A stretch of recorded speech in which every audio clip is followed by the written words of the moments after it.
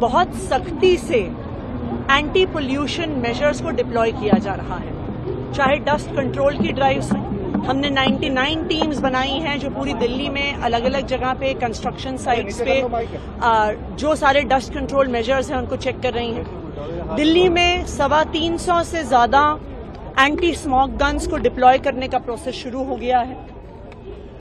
दिल्ली में आज के दिन में चाहे पीडब्ल्यूडी हो चाहे एमसीडी हो, अपने सारे रिसोर्सेज लगाकर दिल्ली में प्रदूषण रोकने का काम चल रहा है।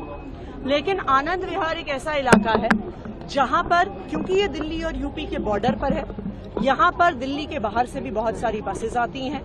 पास में कौशाम्बी का बस अड्डा भी है। आनंद विहार एक ऐसा हॉटस्पॉट है जहां पर दिल्ली में हाईएस्ट AQI लेवल होता है।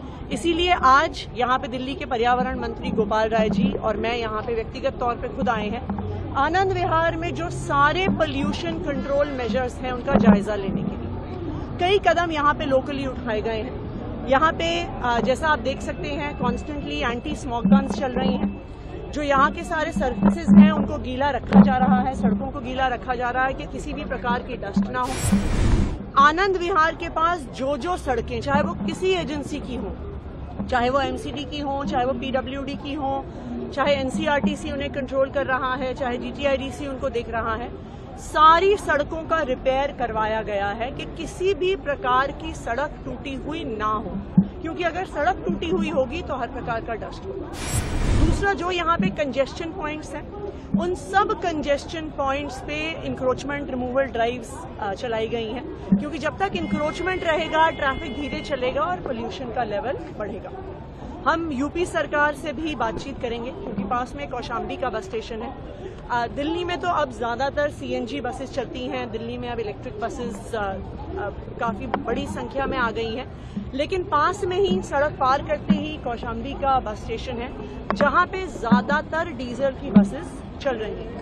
तो अभी हम उत्तर प्रदेश की सरकार को भी रीच आउट करेंगे कि वहां पर भी अगर पोल्यूशन कंट्रोल मेजर स्ट्रांगली लगाया जाए तो उसका दिल्ली पे भी असर पड़ेगा। देखिए, एक सबसे बड़ा एलिमेंट यहाँ पर है कि आनंद विहार बस अड्डे में सिर्फ दिल्ली की नहीं, बाकी स्टेट से भी, खासकर से यूपी से भी बसेस आती हैं। तो एक पोल्यूशन यहाँ पे बहुत ज्यादा बसेस के आवागमन की वजह से होता है। दूसरा, यहाँ पे एनसीआरटीसी की कंस्ट्रक्शन भी चल रही है। एक बड़ी कंस्ट्रक्शन साइट RRTS जो बन रहा है उसकी वजह से भी प्रदूषण होता है। तो क्योंकि यहाँ पर आनंद विहार बस अड्डा है, अब ऑब्वियसली आप बसेस की आवाजाही नहीं रोक सकते हैं, इसलिए आनंद विहार की लोकेशन पर हम बहुत strict anti pollution measures deploy कर रहे हैं, चाहे स्मोक गन्स हो, चाहे कंस्ट्रक्शन साइट्स पे सारे डस्ट कंट्रोल मेजर्स का यूज करना। कहीं पर भी सड़क अगर टूट रही है तो सड़क को रिपेयर किया जा रहा है।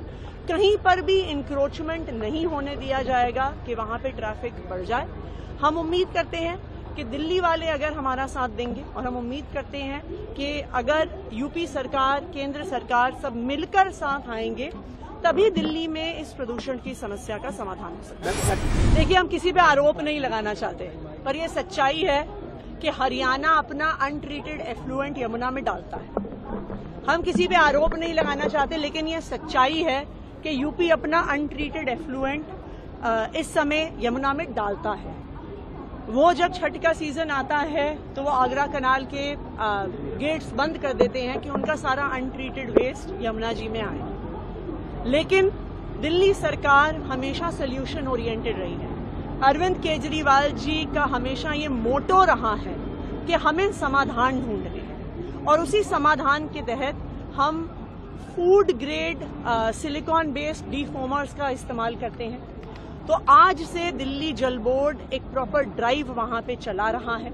उस ड्राइव के तहत जो सारी फोम है वहां पे डीफोमिंग शुरू करी जाएगी। तो इसलिए देखिए, वो चाहे काम खराब करने की कोशिश करें, वो चाहे दिल्ली वालों को परेशान करने की कोशिश करें, लेकिन आम आदमी पार्टी अरविंद केजरीवाल जी के नेतृत्व में दिल्ली सरकार हमेशा दिल्ली के लोगों के लिए कोई ना कोई समाधान जरूर निकालेगी।